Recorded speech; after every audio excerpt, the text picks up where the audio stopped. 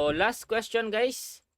If 5 students transfer from English to Science in class 8, what will be the new number of English students in class 8? So, asan ba yung class 8 guys?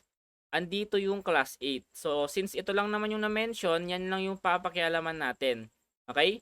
So, sabi, transfer from English papuntang Science. Asan ba si English? Andito.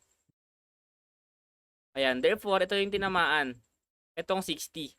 So, yung 5 students dyan, matatransfer daw dito sa science. Okay? So, syempre, kung matatransfer yan, malilipat, magma-minus tayo dito ng 5. So, 60 minus 5. And dito naman sa 50, mag-50 plus 5 naman tayo kasi dyan na napunta yung 5 student. Okay? Pero ang tinatanong lang naman kasi, what will be the new number of English students in class 8?